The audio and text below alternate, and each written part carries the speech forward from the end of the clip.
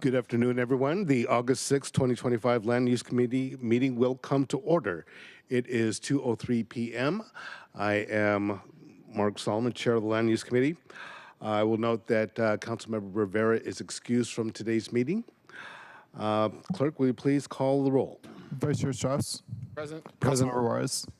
Present. Councilmember Rink. Present. Chair Solomon. Present. Chair, there are four members present. Okay. I will also note for the record that Council President Nelson has joined us for a portion of today's meeting. If there is no objection, actually, change that. I move to adopt the agenda. Is there a second? Second. Okay. Thank you. It's been moved and seconded. And if there is no objection, the agenda will be amended to hear item 5 first this afternoon, followed by item 4, and then items 1, 2, and 3. All right, hearing no objection, the agenda is amended to move item 5 to the first of the agenda, followed by item 4. If there is no agenda, the agenda as adopted, as amended, will be adopted. Okay, hearing no objection, the agenda is adopted as amended. Thank you. All right. Thank you all again very much for joining us. It's always interesting to see folks, showing up for a land use committee meeting. Want to thank central staff as well as our clerks and all of the folks who make land use fun and interesting. So we will now open the public comment period, the hybrid public comment period. And again, public comment should relate to items on today's agenda. For clarification, the Roots to Roofs item has been removed from today's agenda due to staff illness and a little bit more work that needs to be done on the legislation. We will hear that legislation at our next Land Use Committee meeting, which I believe will be September 3rd. So if you are here for Roots to Roofs, we will not be hearing about that item today. So apologies if you did come down here for that. So with that, let's launch into public comment. Clerk, can you please read the rules? Currently, we have 7 in-person speakers signed up and 1 remote speaker. The public comment period will be moderated in the following manner.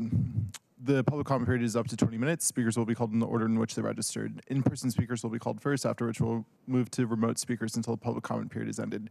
Speakers will hear chime when 10 seconds are left of their time. Speakers' mics will be muted if they do not end their comments within the allotted time to allow us to call on the next speaker. The public comment period is now open, and we will begin with the first speaker on the list, which is Alex Zimmerman. Okay. And be mindful again that each person will have 2 minutes. Please keep your items or your comments to the items on the agenda, please. Thank you. Yes, sir. Okay. The Heil, my dirty damn Nazi Gestapo fascist pig and mob bandita. My name Alex Zimmerman. Pause. Stop. I want to speak about agenda number 2. Cut his mic. Thank you. Thank you. Cut the mic. Mr. Zimmerman, you've been warned more than 3 times about using language that is derogatory to members of this body, as well as members of the audience that comes here out of their own time to participate in this process. You continually are disruptive and disrespectful, and as such, you are no longer allowed to speak. Please remove yourself from the chambers. Okay, you're right. Let me know what is that from this sentence, what you don't like. You cannot like all of it. Security. Mr. Zimmerman, you have been told. Mr. Zimmerman, you've already been warned. Chair You've been warned supporting multiple point of times. order. Your time is done. Thank you very much. You may exit the chambers. But I'm doing everything legally. U.S. Supreme Court approves it. Chair. Not when you insult the members of this body or the members of this audience. There is no further discussion. Thank you. You're supposed to be told me what is exactly word words. But I don't even... Remove yourself from the chambers, Mr. Zimmerman. Next up,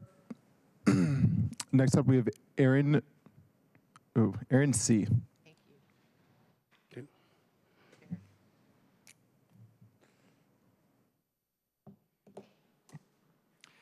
Good afternoon, Chair Solomon, members of the committee.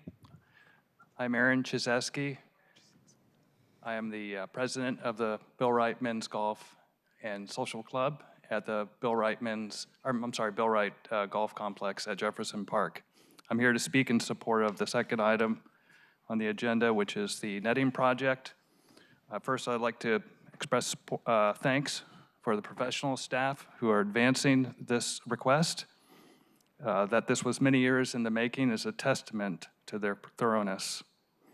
On behalf of the Bill Wright Men's Club and its many members, I ask that you approve the recommended variance, and in doing so, endorse the effort to restore the integrity of this park feature that is so important to Seattle, its golf history, and especially the legacy of Bill Wright, the first man to break the color barrier in professional golf by winning the 1959 United States Golf Association Public Links Amateur Tournament. Fitting that this is a public golf course. We are seeking harmony with the community and see this project as a way forward. So furthermore, I'd like to acknowledge that it is our interest to preserve the original intention of design of the golf course, its setting in the community, and ensure that it has a long-lasting legacy for the city of Seattle. Thank you very much.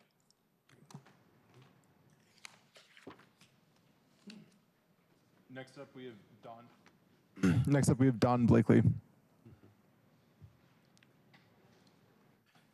Good afternoon, council members, and welcome back to Councilmember Juarez. It's nice to see you again. And thank you, Chair Solomon and guest Sarah Nelson. Thank you for being here tonight. I am Don Blakely. I am the Executive Director of the U-District Partnership.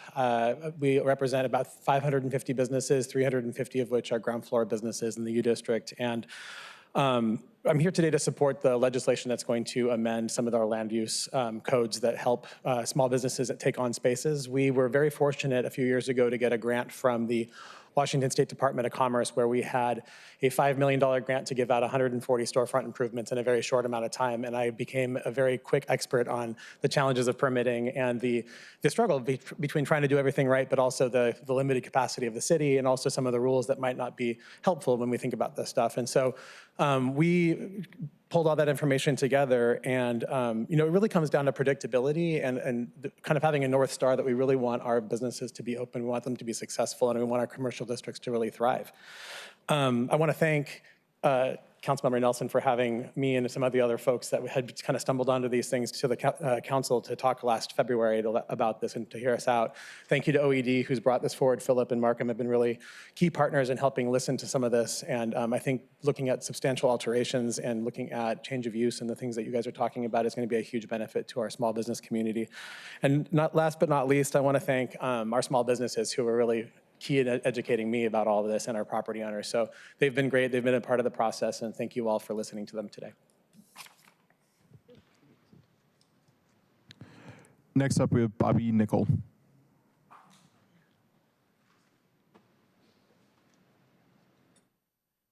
Good afternoon, council members. My name is Bobby Nickel. I am the Public Affairs Manager for Visit Seattle, the nonprofit tourism organization, which helped bring 40 million people to Seattle last year. We are busy now, understatement of the century, preparing for the FIFA World Cup, ensuring that our city puts its best foot forward for an estimated 750,000 visitors, and more we expect to come after seeing Seattle on TV. We care because altogether, these visitors pump real dollars into the local economy, $8.8 billion in 2024. Visitors support over 68,000 local jobs and cover $839 million a year in state and local taxes, which go to support critical housing and transportation programs. We also know from survey data that Seattle visitors value organic local experiences more than the average US traveler. That's where our small businesses come in. They are the spaces citywide where visitors get a taste of the real Seattle and what we stand for: innovation, diversity, inclusivity, sustainability. But small businesses face several major challenges, and under our current permitting structure, even minor improvements to small spaces can trigger costly, time-consuming, building-wide upgrades. Especially for small businesses trying to reopen vacant spaces under 7,000 square feet, these requirements are often a deal breaker. Council Bill 121047 corrects that, building a permitting system that works with small businesses, not against them, and more realistically invests in the jobs, cultures, and explorable business districts that define our city. On behalf of Seattle's tourism and economic development communities, I urge you to move this legislation forward. Thank you for your consideration. Next up, we have Noah.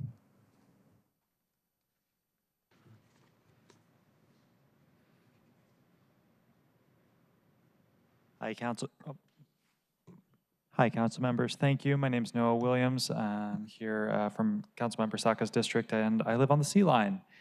I'm here today to just encourage you to prioritize the creation of neighborhood centers that are near frequent transit routes. I know there was some language that was to be stripped out in amendments regarding that. And in general, I would just also like to say, after last night's results, you don't have to worry about ticking off the rich NIMBYs, because they are the few. We are the many. We will show up for you. We will show up in force in support of more neighborhood centers near frequent transit. And if we're not planning on building more of these neighborhood centers, what we're unfortunately doing is handing King County Metro a big bill, because service on coverage routes costs a lot of money to operate relative to ridership routes. Thank you for your support of the thank you for your opposition to the amendments to decrease the neighborhood centers, and thank you for your time today.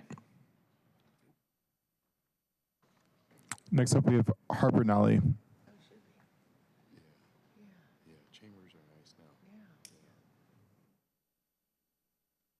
I am working off 3 hours of sleep, so if I make any mistakes, let's explain that. I wanted to start out by saying thank you for the increased density proposals on the table. This is an important step towards our housing needs. However, I was severely disappointed to see the reductions in several neighborhood centers in several wealthy neighborhoods. You're making it more difficult to build apartments in large swaths of the city in order to appease the sensibilities of the wealthy homeowners who cannot imagine living next to a poor. I know that, see, 3 hours of sleep. I know trying to decide who can and can't live next to you is a time-honored American tradition. But this one was one I thought we agreed was evil. The approach to housing taken by many on this council seems to be a weak attempt to house all people who move here somewhere in Seattle, but this is inequitable. All people of all income levels should have the freedom to live affordably anywhere in the city they wish to. Prioritizing the feelings of those with money over those without is nothing but Disney villain shit. Thank you. Next, we have Steve Rubstello.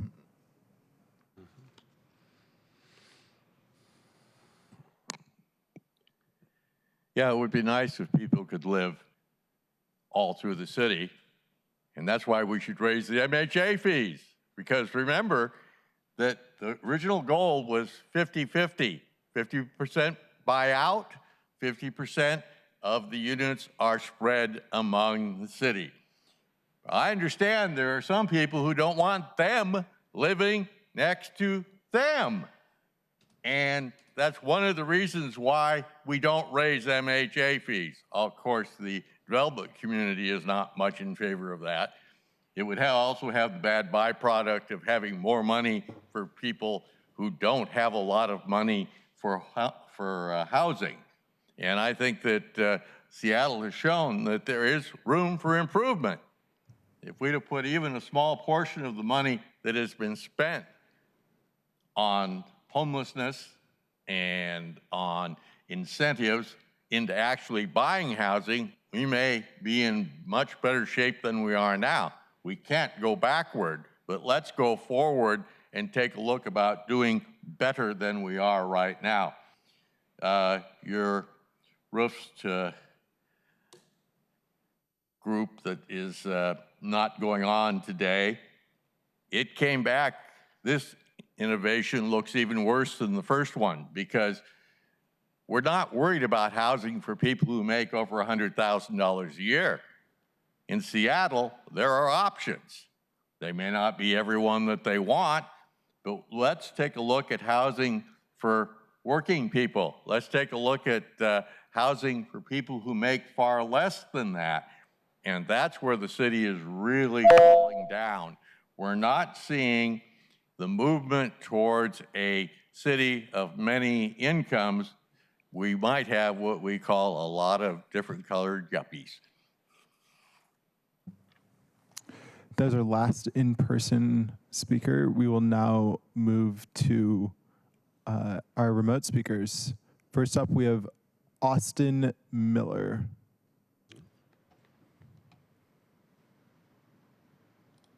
Austin, please press *6.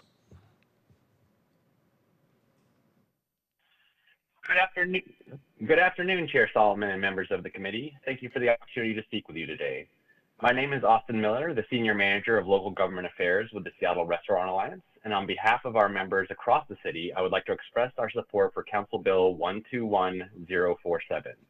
This common sense proposal will help simplify and streamline the permitting process for small businesses, including restaurants.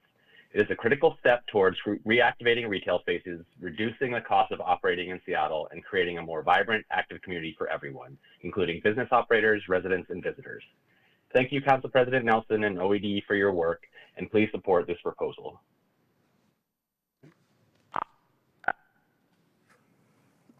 Chair, that was the last speaker. Great. Thank you very much. I appreciate everyone's comments. The public comment period is now closed. Members of the public are encouraged to submit written public comment or sign up on the cards available on the podium or email the council at seattle.gov. With that, we will move on to the first item of business on the agenda, which is actually item 5. Clerk, can you please read item 5 into the record? Council Bill 121045, an ordinance relating to land use and zoning, updating timelines for city review of land use permits, amending sections 2376.005 and 2376.010 to the SMC, and amending resolution 31602 to update the city council rules for quasi-judicial proceedings. Okay, great. Thank you very much. And I want to recognize Council President Nelson and ask her to speak to this bill. When I first came onto this body, one of the things I said was a priority for me was permitting reform, and I'm glad to see that it is progressing forward. So, Council President, please, you are recognized. Well, thank you very much, Chair Solomon, and my thanks go to you for making time in this committee, especially with everything else that's going on right now before us, and also for co-sponsoring these 2 pieces of legislation we'll be talking about today. And then finally, of course, for amending the legislation so that we could talk about this first, because I have another thing to go to. But in any case, colleagues and public people in the room, I can't even begin to express how high the stakes are right now when it comes to permitting reform, because permitting problems slow housing construction, inhibit economic activity, increase cost of projects, and also just the hassles of anybody trying to go through permit review, be that a homeowner to a small business owner to a developer of multifamily housing. So thank you very much. And all of these problems that this legislation is trying to fix are unnecessary and just require some attention. So just by way of introduction to the 2 pieces of legislation we'll be talking about today, both of them are the product of a roundtable discussion in the Governance, Accountability, and Economic Development Committee on February 13th. And that had a panel of really well-respected and experienced architects led by Jim Graham of Graham Baba, and also including one of our public commenters, Don Blakeney, as a representative of small businesses. And that's why it was in my committee, because the problems with permitting inhibit small businesses from either opening and or sometimes growing their business because they're having problems getting permits for tenant improvements. So that's a little bit of the background. The task of this panel of architects in committee was to identify the most onerous systemic problems of our permitting process and then recommend ways to fix it. And they did provide a list of some of the top problems and then recommendations to fix it. I forwarded this list to the mayor's office and to the director of the Seattle Department of Construction and Inspections, SDCI, on March 4th. and then nudged them later on May 21st. And now I'm very happy that we're getting down to business here. So the first piece of legislation, which is Council Bill 121045, is about the timelines for permitting. This is largely conforming to state law, and we can talk about that a little bit later, and central staff will address this. But the point is, industry experts will tell you that time is the greatest driver of cost overruns in projects. And also the uncertainty of when you'll finally get your permits approved. And during that time, sometimes financing can go away or be jeopardized because the lenders want to know when you're going to be making a return on the investment of their loan, and so they get nervous when it stretches on and on and on. And then the negative impacts cascade. So the first one will be talking about how our project permit review process should be modified to comply with state law. And then the second piece of legislation is about substantial alterations. And to best explain this, I'll just read from the recommendations that were forwarded by Jim Graham of the panel of architects that convened in committee. Number 5 on a list of 9 was establish clear guidelines and higher thresholds for substantial alteration requirements. And it says substantial alteration requirements regularly creep into small projects, making them infeasible, tacking on additional upgrades related to structural and energy code requirements that widen the project scope significantly. And then goes on to discuss a little bit about what is entailed when a small change triggers requirements for much larger or much more expansive changes in the project scope.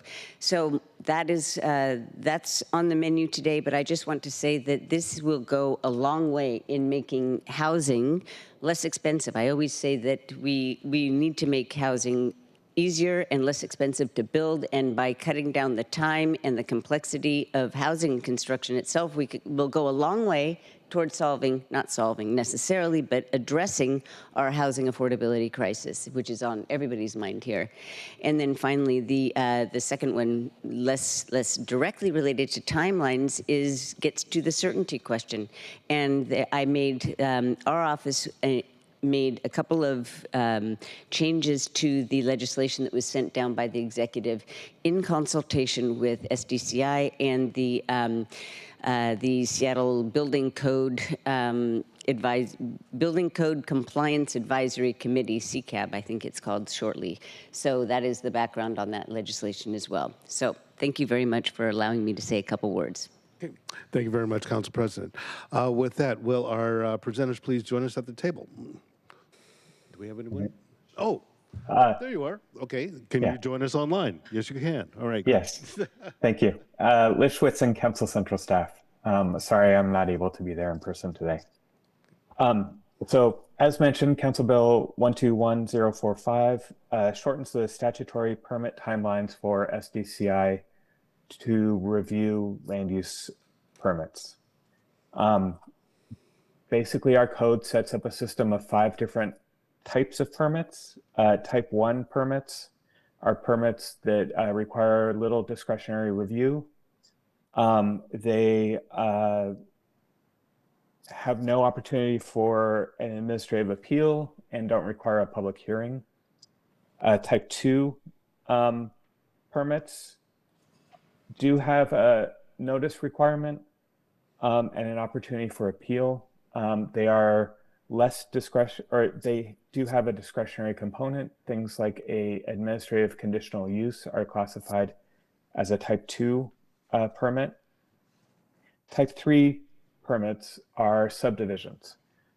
They include both an appeal and a public hearing. Type 4 decisions are council conditional uses. They include appeal, a hearing, and council review. And finally, type 5 decisions are legislative actions. They include requirements for public hearings and a broad public outreach component to them. Under State Substitute Bill, or Senate Substitute Bill 5290 and endorsed Substitute Senate Bill 5611, the council or the city has specific limits based on the type of notice and appeal or hearing provisions in our land use approval processes. So the bill in front of you basically applies those deadlines set out in state law based on that 5 type of land use permit framework. So type 1 approvals would have a 65-day period under which SDCI could review a permit and issue their decision. Type 2 permits would have a 100-day period under which SDCI could issue their decision. If there is an appeal, that would be on top of the 100 days that SDCI has to make their recommendations. Type 3 subdivision approvals would have 170 days, which would be split between SDCI's review and the hearing examiner's hearing process. Type 4 appeals, because they require the city council's review and approval, would have the longest amount of time. And that time period wouldn't change. So there's basically 120 days for SDCI to review the permit, 90 days for the hearing examiner's process, where they hold the hearing, and then 90 days for council action. And finally, there's no deadline required for type 5 actions under state law, and the bill does not apply a deadline. In addition, the bill updates council rules. Currently, the rules say that filings to the city clerk need to be made through the mail. That is not consistent with our current practice, where most filings are made electronically. Allowing electronic filing allows us to shorten some of the timelines that were lengthened for the council's process, because we anticipated that filings would be lost in the mail or take a few extra days to arrive because they were hard copies were being mailed. So that should also shorten timelines for council review of type 4 quasi-judicial actions. And I'll leave it at that. All right, thank you, Lish. Any questions from from colleagues regarding this particular item regarding permit review? Council President Nelson. Thank you. Thank you very much for that synopsis, Lish. I wanted to note that I realized that there very well could need to be some adjustments made to some of our timelines to deal with environmentally critical areas. We are the largest city in the state, and we're also extremely hilly. So we have a lot of ravines and critical areas. And so I want to recognize that I don't know if that will require an amendment or just simply some language in there saying that there needs to be, well, that would be an amendment as well. I just wanted to note for the record that I welcome and see whatever changes have to be made on this, in this respect as a friendly amendment. Thank you very much, Council President. Any other comments from colleagues? Great. Lish, any last words? This is up for a public hearing at your next committee meeting. Okay, great. Thank you very much. I appreciate you being here and taking the time. I know central staff is kind of stretched right now because of health issues, so I appreciate you being here today. So with that, colleagues, again, we will have a public hearing regarding this at our next Land Use Committee meeting. So with that, let's proceed on to item 4 on the agenda, which is Next. Council Bill 121047, an ordinance relating to Seattle's construction codes limiting the areas for which substantial alterations are required to spaces or buildings greater than 7,000 square feet in gross area, amending existing substantial alteration requirements and amending section 311 of the Seattle existing building code adopted by ordinance 127108. Okay, great. Thank you very much. So I see our panel is joining us at the table. We'll get you set up in just a moment.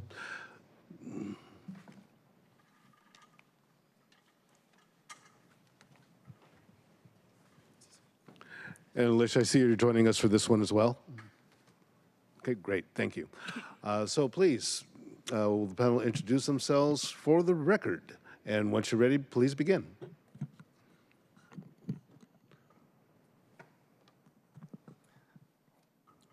Yeah, new introductions. Kay Lee, Interim Director of SCCI. Micah Chappelle, Technical Code Development Manager for SDCI.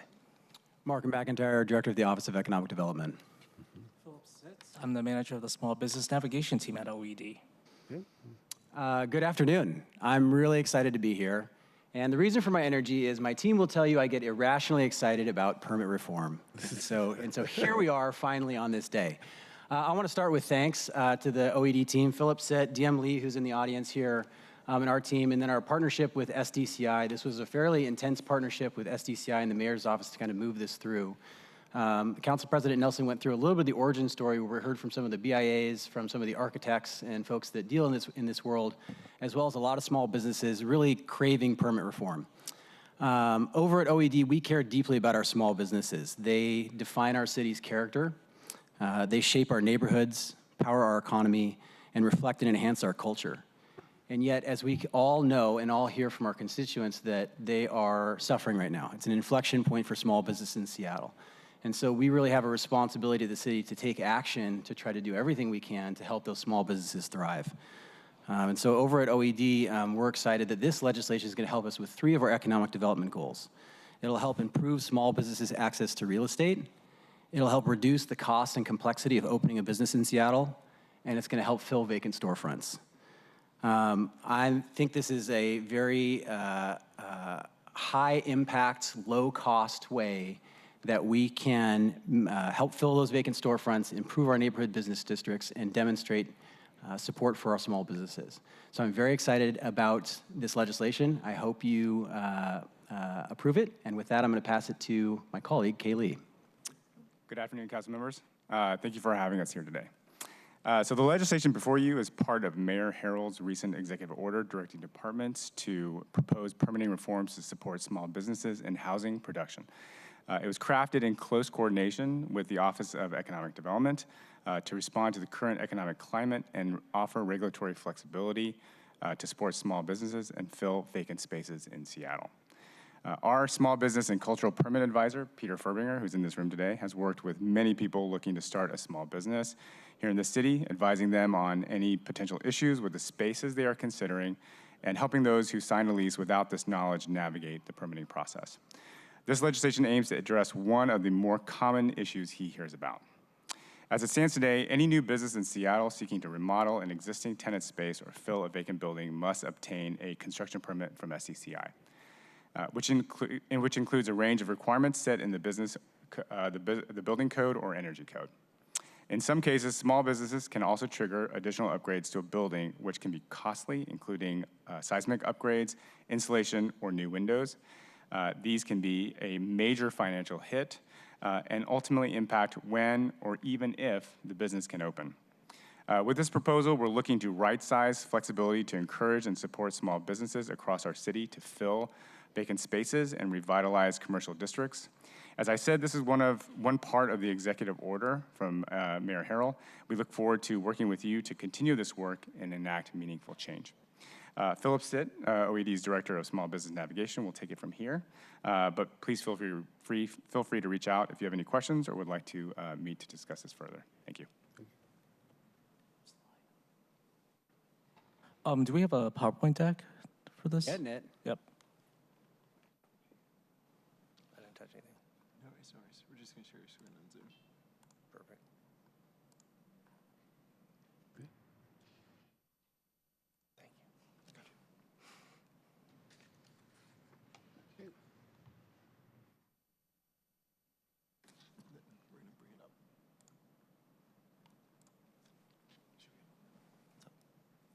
Good. Oops. Breaking furniture over there? Sure. So just leading off before I hand it over to Philip, just acknowledging that, again, we've heard from a lot of small businesses.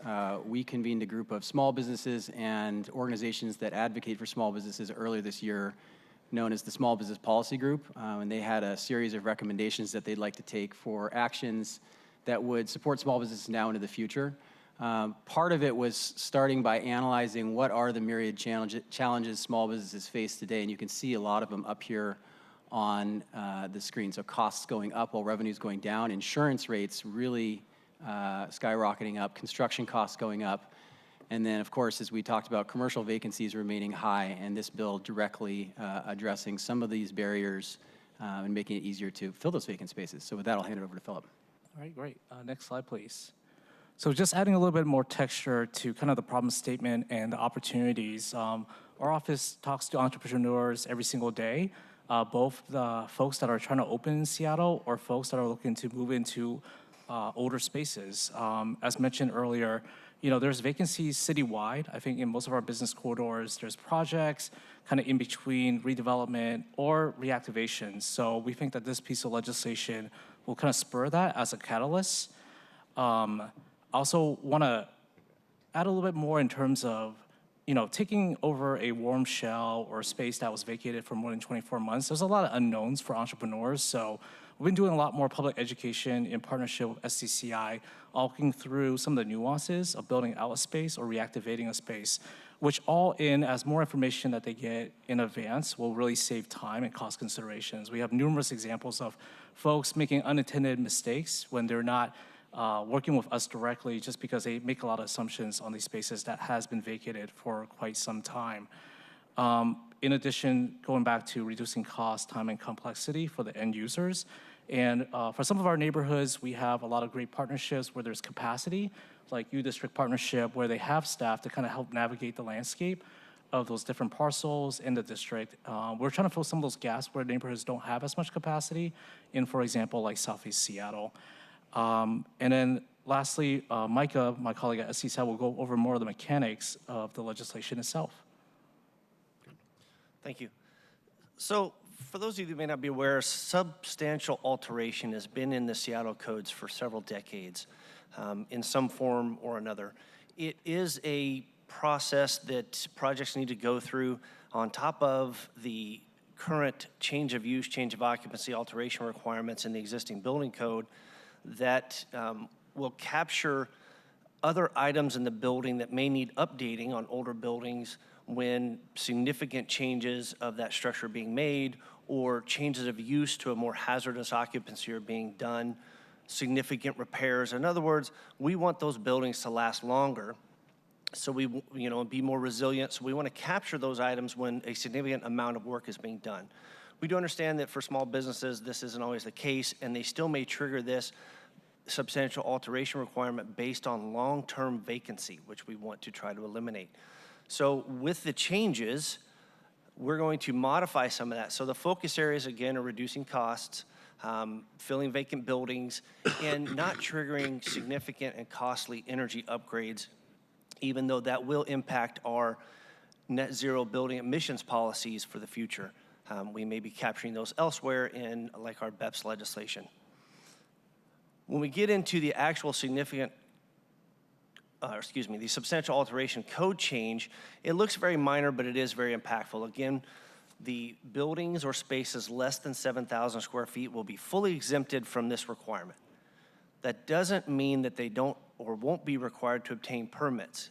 You still will have to meet other requirements. If there's accessibility upgrades for change of occupancy or certain structural upgrades for seismic under the existing building code and other sections, you wouldn't have to update the entire building to meet all the current requirements based on this. In other words, you wouldn't even get into this section of the code if you're less than 7,000 square feet.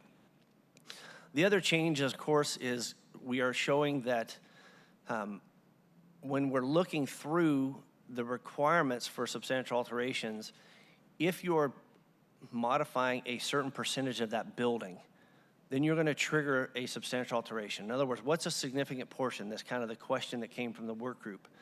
The 20% exception here is setting a baseline, meaning no matter what, if you're below the 20%, you're not going to trigger substantial alterations. However, this is the recommendation from CCAB that was moved from another portion of the code, because you could exceed 20% and not trigger subalt, and that's why it's moved into the exception. It's a base certain, you're not going to trigger the subalt, but with the other language in item 3, you could do a significant amount of work, even going greater than the 20% and still not trigger subalt. So it kind of gives the flexibility, but provides a number certain. Okay. If I could just stop you Yes. there, I see that Vice Chair Strauss has his hand up. Vice Chair Strauss. Thank you. This is more operational, and I could be the problem here. I'm not seeing this presentation attached to Legistar. Was it emailed out to committee members ahead of time? Or are we just flying blind with y'all running the show? It's uploaded to Legistar. And this is under 121047?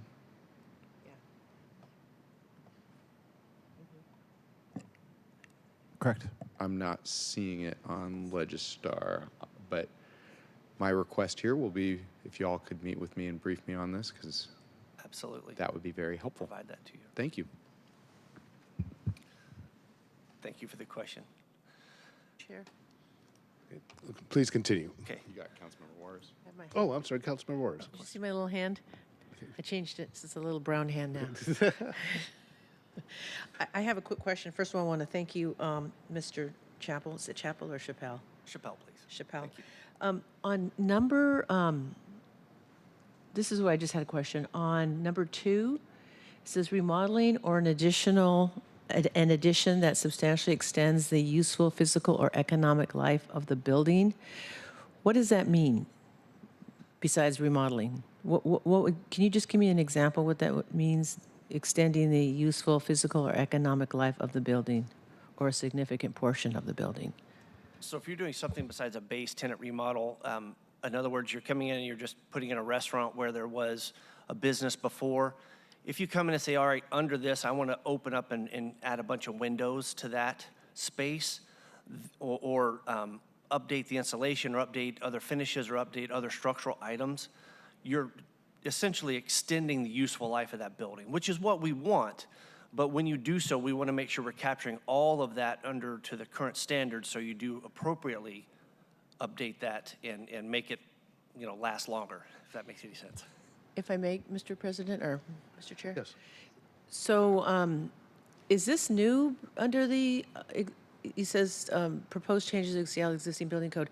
So is this number 2 in the way you articulated it here today, is this like a new thing? No, this is not a new Okay, thing. This I has been didn't the think- code for quite some time. Okay. We're not changing any of the language under item 2. However, what you're not seeing on the screen in the presentation, if you look down at the informative note further down in the legislation, we are specifying that, and this is an existing informative note in the current energy code for Seattle, it is specifying that if you're updating to heat pump water heating or space heating systems, and you have to upgrade other supporting systems for that, whether it be structural or electrical or plumbing or something else, that is not going to trigger subalt. We're not going to, the substantial alteration, we're not going to say, okay, since you are upgrading those systems in relation to supporting that heat pump system, it's no longer going to trigger item 2 of this. And that's what that informative note is about. It's specifying that you can upgrade supporting systems for the heat pump, water heating, and space heating, and we're not going to trigger substantial alterations under item 2. Thank you. Thank you, Mr. Chair. Okay, thank you. All right. Any other questions? I'll follow up on one more item here. One last piece of the legislation is we are fully striking item 4 of the substantial alteration requirement, which was the reoccupancy or reuse of existing buildings that have been substantially vacant for more than 24 months. So that's just going away completely. We're no longer going to look at that as a trigger for substantial alterations. Okay, great. Thank you. Thank you. All right. Colleagues, any further questions for our presenters? Mr. Chair. Yes. Thank you. Vice Chair Strauss. Yeah, I just see, permit reform is something that I'm absolutely committed to. As you all likely know, I've engaged with the auditor to begin the second section of the permit reform audit regarding issuance of permits, because it doesn't matter if you can get a permit through the system. If you can't occupy the space, it doesn't really matter. These are all very interesting concepts. I'm excited to engage with you more. Chair, I think from this presentation and from the committee work today, I'm left with more questions than with answers. Understood. And so I look forward to engaging you, because as I have found in this work of permitting, a good idea can lead to bad outcomes if not properly implemented. And so I just want to make sure that we're minimizing unintended consequences and externalities in that sense. And so I'm looking forward to digging in. And I think, macro picture here is that when spaces are upgraded, whether it's 75%, 25%, 51%, there is a threshold at some point that we need to bring that building up to current code. And that is prohibitive in some situations. So we don't want to have that bringing everyone up to the same code as a barrier to the vibrancy of our city at all. And we also understand that the code is set up to create buildings and create systems. I mean, in the 1970s, we didn't have ADA, and it was not a very accessible place that we built here. To take it out of the realm of buildings, I just look at curb cuts. We're currently under a consent decree regarding curb cuts for this on the streets. But I'll tell you, when you go out there, there's 10 different types of curb cuts, because they've, over the course of time, changed the requirements for that ADA compliance. And so now you see the ones with the little orange, the little yellow areas, and that is a much better version than just the kind of chopping the curb out. Similar with buildings. So my two North Stars here are make sure that permitting is not the barrier to vibrancy, and making sure that our buildings are built for everyone in our city. Thank you, Mr. Chair. Thank you, Vice Chair Strauss. Council President Nelson. So I just wanted to not necessarily admit, but state that the code changes we're talking about here were largely driven by my desire to just get rid of change of use altogether. Why do you have to have a change of use permit if what you're going to do in that space is already allowed by the underlying zoning? Well, it turns out that there is no change of use permit. That is a whole set of different kinds of codes and requirements that exist throughout our land use and building codes. And so this is one piece of it, but it really will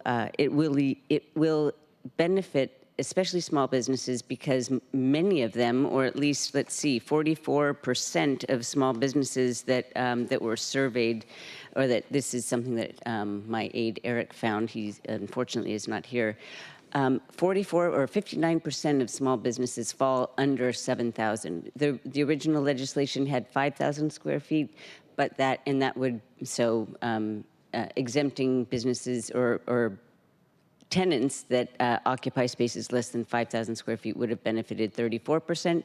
This will benefit even more. So that is what we're always trying to do, is figure out how to help as many people as possible start, grow, and continue a small business or housing, or what have you. So I'm just trying to explain that. And then the exception that is under section 1, number 3, where it says exception, where the area of change of occupancy is less than 20% of the building gross floor area.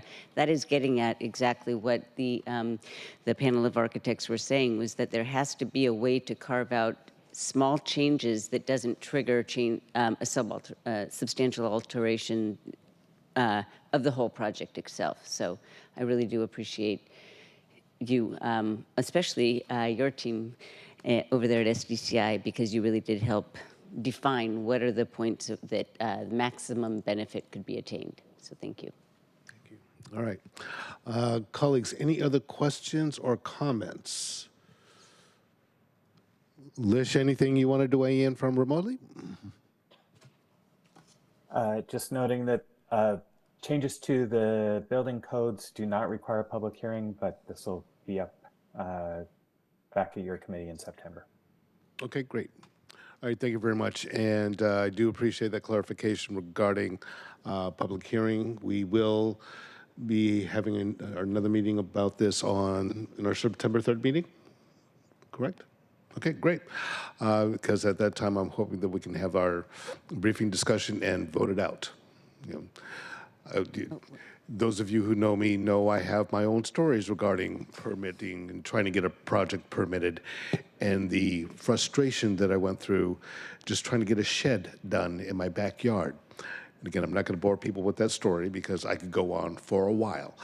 But just to say that permitting reform is very important to me. It's very important for anyone who wants to build anything in the city, whether it's a business or a house or a dadu, whatever the case may be. Let's not get in our own way with that. And if we can streamline things to make it happen, let's do it. Even having someone who could provide somebody that I could have called to say, hey, here's what I'm thinking about doing, walk me through what I need. That would have been a big help. So I want to thank you, Director Lee, Mr. Chappelle. In relation to the other Chappelle? Okay, just curious. You have the same haircut, so I was just asking. Thank you, Mark. Thank you, Philip. It's always good to see you guys. So any final comments? If not, I release you to the winds. Thanks very much. Thank you. Thank you. All right. Clerk, will you please read item 1 into the, Council President, is old hand or new hand? It was a new hand, but I just wanted to say that I promised the panel that I would say that one of their number 3 requests was to reopen the service desk because they found that really helpful and make the microfilm available to the public. So perhaps we can talk about that more later. That will help. Thank you. All right. Clerk, please read item 1 into the agenda. An ordinance relating to land use and zoning, amending several sections of the SMC to update subdivision procedures. Okay. All right. And for that, let's see, who do we have on tap for that? It's me again. Be for, that's you again, Lish? Okay, so this is for briefing, discussion, and vote. Okay, so please proceed. Council Bill 121009 amends the final subdivision procedures. Similar to the last 2 items, this is a permitting improvement piece of legislation. In this case, it removes authority from the City Council, but it does so in ways that I think we can all appreciate it. For a subdivision, which is defined as 9 or more new lots being created, currently the hearing examiner holds a hearing, makes a recommendation, plans get approved, a project gets built, and then at the end of that process, legislation gets drafted and sent to the City Council to grant final approval to the subdivision. The project's been built, it's ready to be sold, and it sits waiting to be sold until the council can approve the final legislation, which can add probably 3 to 4 months to the process. This bill applies flexibility that's built into Washington state law and removes that council process. So the council would no longer be in its role of sort of rubber stamping subdivision plans at the very end of the process, and residential units can get out the door to new residents sooner. Happy to answer any questions. All right, thank you very much, Lish. Councilmember Rink, as the sponsor of the bill, do you want to speak to it? Certainly. Thank you, Chair, and thank you, Lish, for taking us through that legislation. I know we've discussed this in committee a couple of times, and now I've had a public hearing on it. Colleagues, this legislation is for streamlining our subdivision processes. As Lish explained, the state legislature has given the council authority to delegate final approval for subdivisions to the Department of Transportation after the hearing examiner has issued a decision. While council currently votes to codify these decisions, the hearing examiner's decision is final. We don't have any choice but to approve it. And as Lish explained, this can add 3 to 4 months 3 to 4 months to the process for developing new housing. So this bill is a simple yet straightforward effort to promote some good governance and shave off critical time for housing projects. And I ask for your support on it today. Thank you. Right, thank you. Colleagues, any questions or comments regarding this legislation? Vice Chair Strauss. Thank you, Chair. The same comments that I made the last committee meeting where we had this before us, which this was a concept that dates back to when I was land use chair. So now 2 years ago when Council Member Juarez was here last. And, you know, it was one of those things that we looked at doing in the months before and after budget. The schedule got cramped. I brought it to the next land use chair. I'm not sure exactly what happened, whether it was cramped schedule or what have you. So here we have it before us again.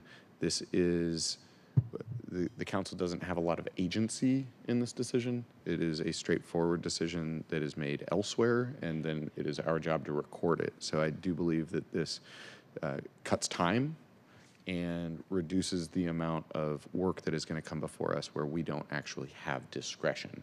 So I do believe that this to be a good bill, and thank you, Lish, for continuing to work on this. And it seems like, again, every issue under the sun in these last 2 weeks, Lish Whitson has been batting cleanup, batting first, second, and third. So thank you, Mr. Whitson. Very good. Thank you, Vice Chair. Any other comments from colleagues? With that, I move that the committee recommend passage of Council Bill 121009. Is there a second? Second. Okay. It's been moved and seconded. Are there any further comments? Clerk, will you please call the roll on the passage of the bill? Vice Chair Strauss. Yes. Councilmember Juarez. Aye. Councilmember Rink. Yes. Chair Solomon. Aye. Chair, there are 4 votes in favor and 0 opposed. The motion carries, and the committee recommendation that the council bill pass, the council pass the bill will be sent to the August 12th, 2025 council meeting. Okay, thank you. Now, we'll read, clerk, will you please read item 2 into the agenda? Agenda item 2, CF 314536, council waiver modification of development standards to allow installation of 32 netting poles at Jefferson Park Golf Course, project number 3039491-LU type 5. Okay. This is for briefing and discussion, and just for clarification of record, it is the Bill Wright Golf Complex at Jefferson Park. Having been part of the community organization that helped get that renaming done, I want to make sure it's reflected to the record that it is the Bill Wright Golf Complex at Jefferson Park. So, just a point of privilege there. Presenters, will you please join us at the table?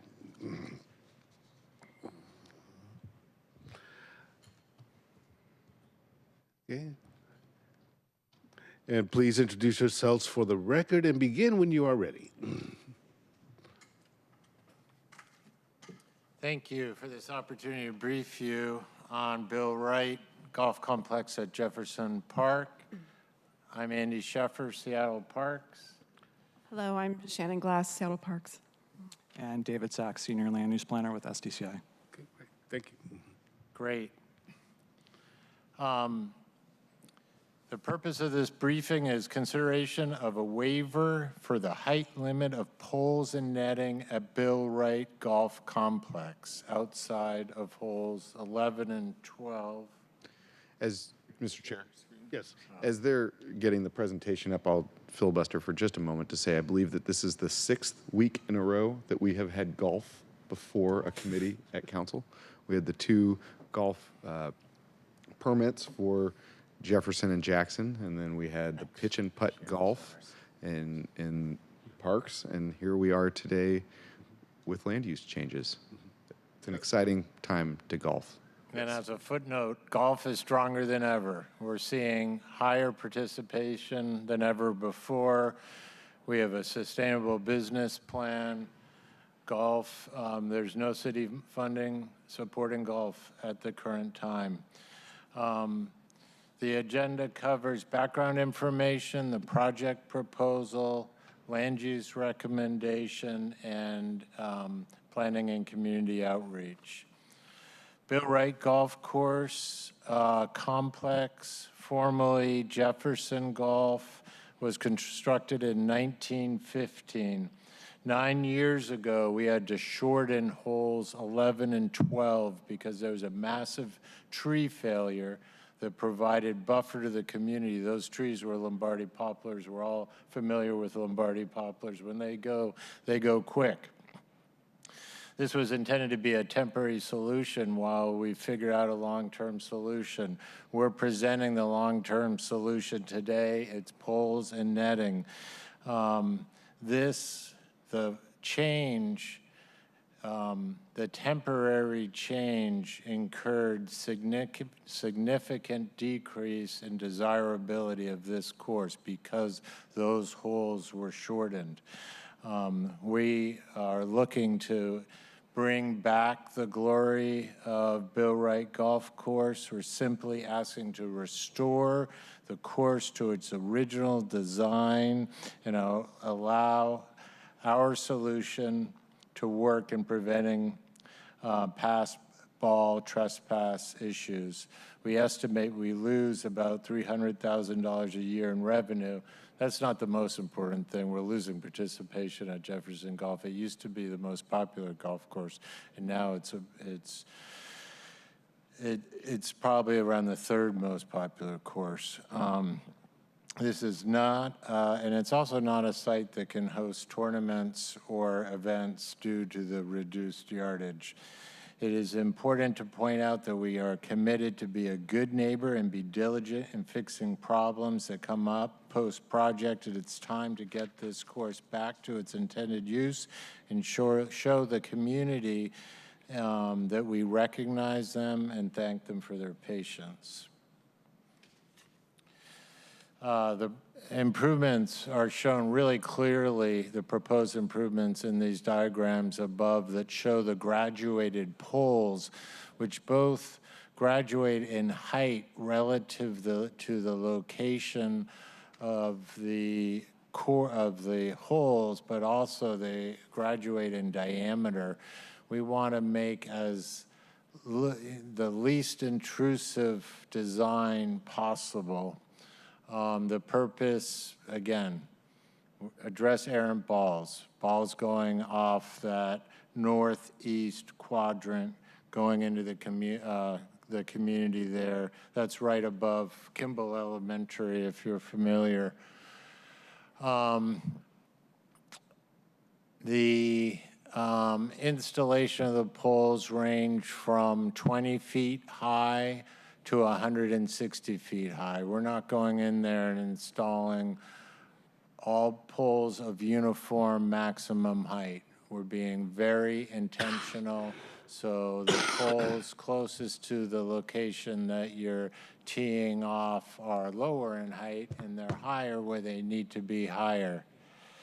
And as part of the project, we will be restoring the original tee locations.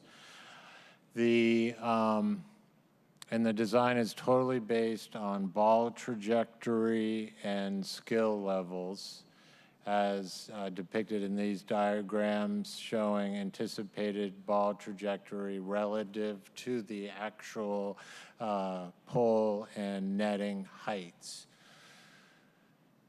And those illustrations are related to both the holes. I think this is evidence that we've really done our due diligence analyzing ball mitigation. And I will turn it over to David Sachs, our colleague for land use. Great, thank you, Andy. I'm gonna quickly just add some comments to the bullet points on the screen to sort of make it more succinct to the city's recommendations. Ultimately, that'll go to council. Could you go closer to the microphone, please? Chair. Thank you. Chair, may we have introductions? I think we just jumped right into this. I don't know that we've met before. I know Andy from many different hats. Yeah, we have not. I'm David Sachs with SDCI, a senior land use planner. Fantastic, thank you. Great. So based on this, the director is making a recommendation of approval to council for structures to exceed the limits of the airport height overlay district as a special exception pursuant to Chapter 2376. This recommendation of approval to council is based on the analysis provided in the analysis and recommendation decision that the project meets the 4 conditions listed in SMC 2364-010. If you have any additional questions on specifics after this, please feel free to ask me. The director is also making a recommendation of approval to council through a waiver to modify applicable development standards for city facilities to allow the poles and netting to exceed the height limit for the neighborhood residential zone pursuant to SMC 2376-064. And the analysis is provided in the analysis and recommendation decision that you have access to. The 4th one is per FAA requirements outlined in the analysis and recommendation decision. The recommendation of approval has been conditioned to include solar-powered aviation obstruction lights mounted on the top of the poles. The director is making a recommendation of approval to council through a waiver to modify applicable development standards to city facilities to also allow the poles and netting to exceed the height limit for neighborhood residential zones pursuant to SMC 2344-012. The analysis is provided in the analysis and recommendation decision as well. And then this SDCI has issued a recommendation report which contains an analysis of the proposal and recommends approval of the proposal to exceed height limits subject to the condition listed in that report. And then a public hearing is scheduled in the Land Use Committee for September 3rd. And finally, as part of the project review and per SMC 2364-018, FAA approval was secured for netting and poles in the overlay zone. And then finally, just a quick summation of the public outreach starting back in 2020 to today, including public meetings, tabling at events, the SEPA exemption, a lot of back and forth support, questions via email, and we'll be excited to ideally start shortly after the public hearing on September 3rd. Cool. Great. Thank Colleagues. you. Any questions? Yes. Colleagues, any questions or comments? Okay. Well, I have a few. First, I want to acknowledge you, Andy, for everything you did helping, the Friends of Bill Wright getting the golf course, renamed, the work that Parks did on the repairs to the clubhouse after somebody decided to drive through it. They helped with getting the signage on the clubhouse changed, although still a little off, but we're working on it, right? Take a look at that. And I know that specifically holes 11 and 12, restoring them to their previous glory was also one of the goals of the committee, to encourage more usage, getting the pars back to where they were to make it a more competitive course. That was a goal of ours because we felt that getting the course back to its former glory would actually honor Bill Wright even more. So from a personal note, thank you very much. Also, considering I live 2 blocks north of that golf course, and I know about how if you make a bad slice or a hook, those balls are going into people's yards. So thank you for that netting. Appreciate that. So I'm looking forward to having the public hearing on the 3rd. And, my goal is to actually, have the hearing, get it voted out, and get it in front of full council so you can proceed with this project because it's a long time in coming. So with that, colleagues, any other comments, questions, thoughts? Can I just say one more thing? Yes. We are engaging with all of our teen life programs to get teens more involved and introduce them to golf as a form of mental wellness. I'm super excited about that. I just want to put it out there. I think there's a lot of opportunities. Oh, great. Again, thank you very much. Appreciate you all being here, and looking forward to having that public hearing on the 3rd. Thank you. Thank you. All right. Clerk, will you please read item 3 into the agenda? Agenda item 3, Council Bill 121049, an ordinance relating to land use and zoning amending Chapter 2332 of the SMC at page 8 of the official land use map to rezone land in the Lake City neighborhood. Okay. All right. Yay. All right, presenters, please join us at the table. Introduce yourselves and begin when you're ready. Mr. Chair, this is the best one. I just want you to know that. Okay. It's coming out of D5, so thank you. I'm very excited. Hi. Hello, council members. Jeff Wentland, Land Use Policy Manager in the city's Office of Planning and Community Development. Hi there, I'm Maria Deweese, a Policy Advisor with the Office of Housing. Hi, Kelly Larson, Director of Policy and Planning for the Office of Housing. Okay, great. Thank you. Okay, we have a few slides for you today, and we'll just be bringing those up momentarily. We're bringing to you a rezone proposal for a small area of land in the Lake City neighborhood. We're going to present that rezone proposal to you, and it's intended to help facilitate future infill development with housing, including on city-owned property, including the Lake City Community Center site, which will be combined with affordable housing, and you'll hear about that from the Office of Housing. I'm going to speak to you about the zoning component, which we're asking your committee to take action on. Next slide, please. So this just orients you to the location. This is very close to the heart of the Lake City neighborhood, just about a block west of Lake City Way. Next slide, please. And we can go to the next one. Great, so this is an image of the affected land area. We're addressing 4 parcels of land, which total about 3 acres. That includes the former Lake City Community Center site, which is just north of the Lake City Library, and this also includes the Bank of America property. That totals about 3 acres, and this rezone would increase the height limit by 10 feet from 75 feet to 85 feet. The Seattle Parks and Recreation parcel is only affected for the part that would be redeveloped with the new community center, and this rezone does not include the Albert Davis Park. This rezone would provide a clean transition of heights from the east to the west, from 95 feet to 85 feet on these sites, to 75 feet and lower to the west. And this rezone qualifies as a city-initiated area-wide rezone. Next slide, please. This is the rezone map. This is showing you the details of the current zoning and what is being increased to. This proposal unifies all of the land within an 85-foot height limit zone. And the reason that this is a good height limit is because it's very efficient for development. You'll hear about this from OH. It allows for an additional story of housing, which brings down the per unit cost of housing in a mixed-use development. And with that, I will pass it over to OH to tell you about the specifics of a very interesting project on the site. Thank you. Great. Is that better? Cool. This area rezone will enable the redevelopment of the Lake City Community Center with affordable housing above.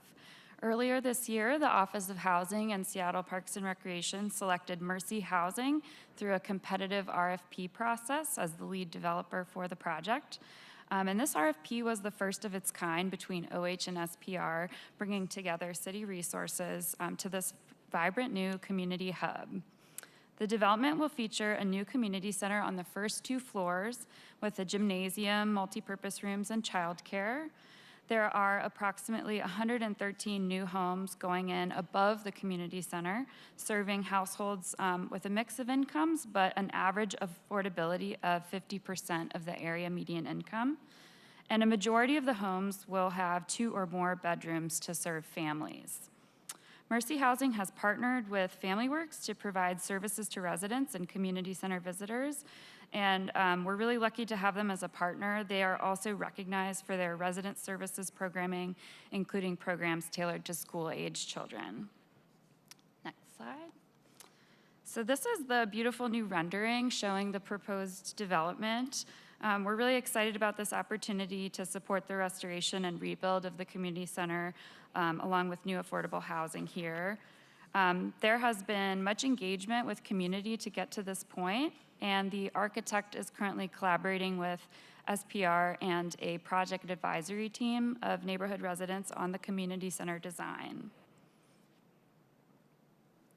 This is the overall site plan. Albert Davis Park is there to the west, and the library and city services center are just to the south. And the design includes dedicated play space on the west side of the building, and there will also be underground parking for residents and visitors. The project is currently in pre-development with design and permitting. OH has committed funding for this development, and the developer is working on securing additional funding. SPR and the Department of Neighborhoods are collaborating on community engagement opportunities for public input on the design of the community center. And construction is expected to begin in mid-2027 and be completed by early 2029. So 2 key steps remain in the rezoning process. There is a public hearing anticipated on September 3rd and a full council vote tentatively scheduled for September 9th. Council can expect continued engagement on the Lake City redevelopment next year.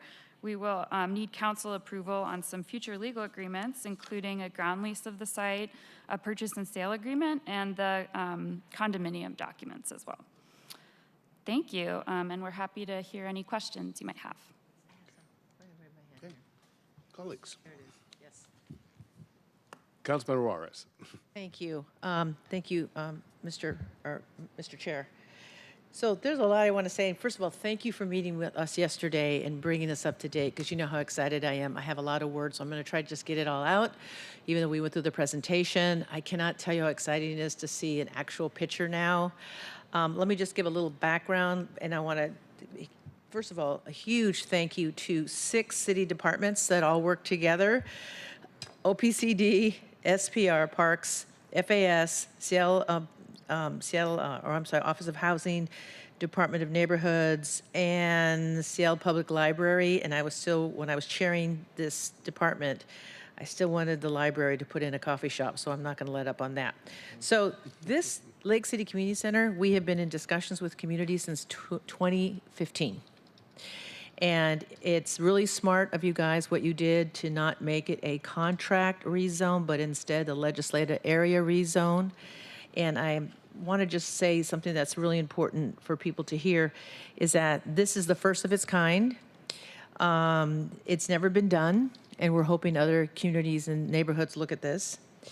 And when I first brought, and a huge shout out, he's not here anymore, but the former director of Parks, Jesus Agarre, and we worked with housing back then as well, said, you know, we've never done it, but why can't we? And I just said, we need to do it. And this is like, hopefully will be the model and shape of things to come in this city, where you have 2 floors of community space and then upstairs affordable housing. My understanding is that it's between 30 and 50 to 60 AMI, which is phenomenal.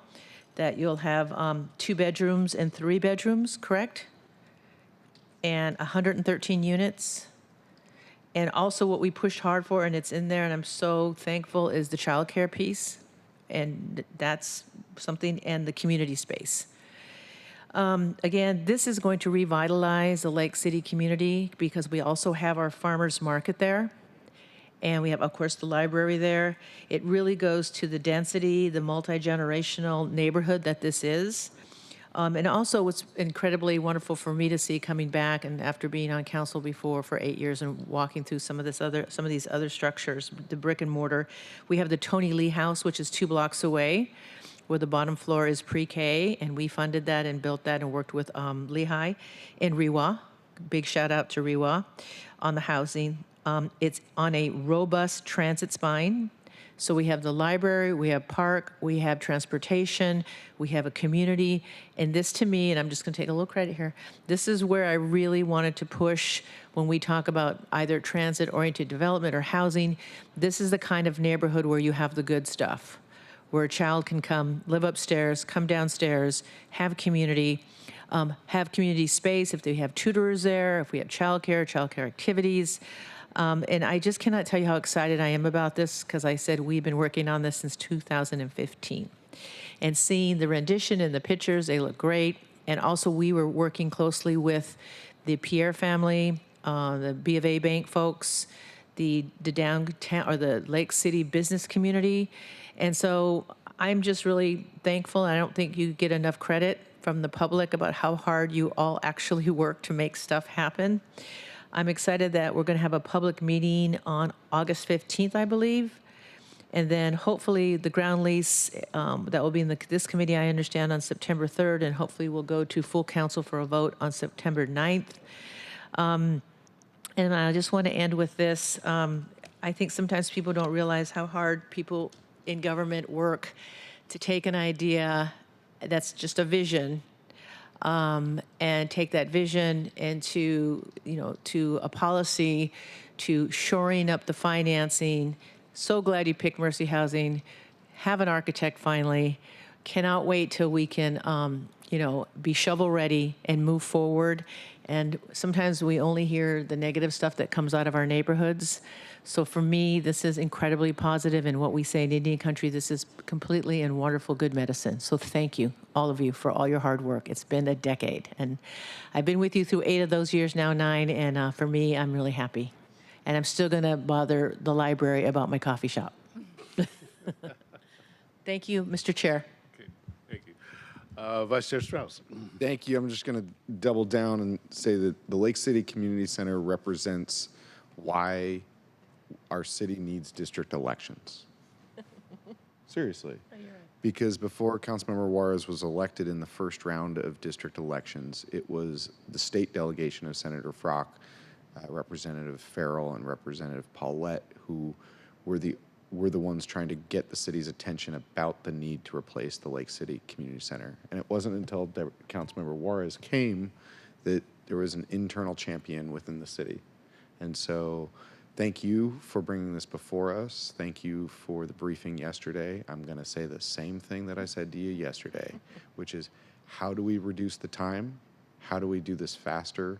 I think that you're seeing from us a pining for it to be completed. And so as we got into the schedule, you heard me say, well, how do we move faster? And so as we continue through this process, I will never be a hang-up, and I will always ask you, how can we move this faster? Because for the people of Lake City, there are people who really were looking for a new community center who are no longer with us.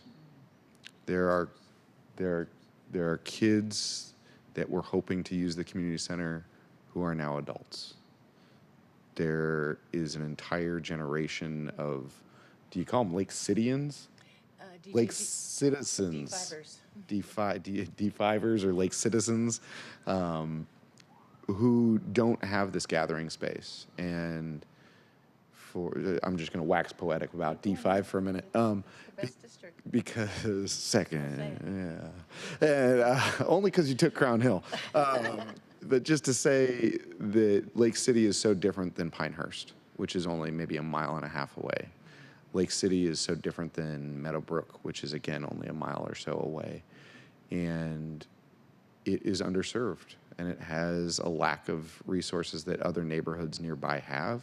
And for so long, the city has said, well, you can go to Meadowbrook, or you can go, I guess, I don't even think there is anything. I mean, you could go to Northgate. I mean, but again, that's, it's not nearby. Thankfully, the streets have sidewalks now, so you don't have to catch a bus with only a painted line as your barrier. So and again, thank you, Councilmember Juarez, for getting us those sidewalks. Yeah. But I just demonstrate that because we have no time to waste. We are already late. So let's go. And we wouldn't be at the place that we are today without those 6 departments, without the 3 of you, and without everyone who's working with you to support this project. Thank you for getting us here, and let's go. All right. Thank you, Vice Chair Strauss. Councilmember Rink. Thank you, Chair. I just wanted to add on to the positivity about this project. And I feel like I'm jumping in at the tail end of what is a deep and long history. And I want to thank Councilmember Juarez and all the work from the departments here to getting us to this point. And I just wanted to lift up, even being in the tail end of this project, I know for the past year, a lot of what has characterized my discussions with Lake City residents has been excitement about this community center. People are so excited. And it's going to bring so much vibrance and much needed resource to the Lake City community. And so I just wanted to uplift that I feel like this project is characterizing so many of the discussions I'm having in Lake City right now. And let's get it going. Yeah. All right. Thank you. So just going to check with my clerk. Are we doing a public hearing on this on September 3rd? Yes. Good. We can fit it in. September 3rd is going to be a marathon, people. Just be prepared for it. So public hearing on September 3rd, discussion, vote, and then forward to full council. Yeah. All right. Let's go. Yeah. Let's go. All right. Any other final comments or questions for our presenters? I have a final comment for you. Final comment. Yes, Councilmember Juarez. I also, I apologize, Mr. Chair. I want to thank you for your leadership and also Councilmember Moore, who stepped up and ran and sat in this chair, or D5, for 18 months, and her continued partnership and making sure that we kept moving this project forward. I have so much respect for Councilmember Moore and the fact that she kept moving this project forward. And one other thing, just another little plug for D5. We have Thornton Creek, the North and the South Fork, and I think it is the only salmon-bearing stream left in the city, which in watershed through Carkeek. And we've been really hard about protecting that. And Parks has been great with us with working with that. So thank you for that. Thank you, Mr. Chair. Great. Thank you. Taylor Creek might also be a salmon-bearing one down in, south Seattle that goes into Dead Horse Canyon. Thank you very much, folks, for your presenters. All right. With that, I believe we've reached the end of our agenda. Are there any final items to come before the committee? Chair, yes, Councilmember Rink. Appreciate it, Chair. I want to thank you and the members of the committee today for your flexibility on the scheduled vote for the Roots to Roofs bill, for, again, as you stated at the beginning of the meeting, and for the public's awareness. Our lead central staffer on this bill was unable to be here today, but they'll be back soon. Wishing them good health. And because of their absence, it was advised that we should wait for their return before we move on with this bill. So I'm very much looking forward to moving this forward in early September. And thank you again, Chair, for your support on that. And in the meantime, my office will continue to meet and work with community members and stakeholders to ensure that we can get this bill across the finish line, address our community needs, and meet our growing need for affordable housing in Seattle. Thank you, Chair. Okay. Thank you very much, Councilmember Rink. Final comments. Hearing none, we've reached the end of today's agenda. Our next scheduled meeting will be Wednesday, September 3rd, 2025 at 2 p.m. Hearing no further business to come before the council, we are adjourned. It is 3:31 p.m. Thank you very much, everyone. Enjoy the rest of your day. Thank you, guys.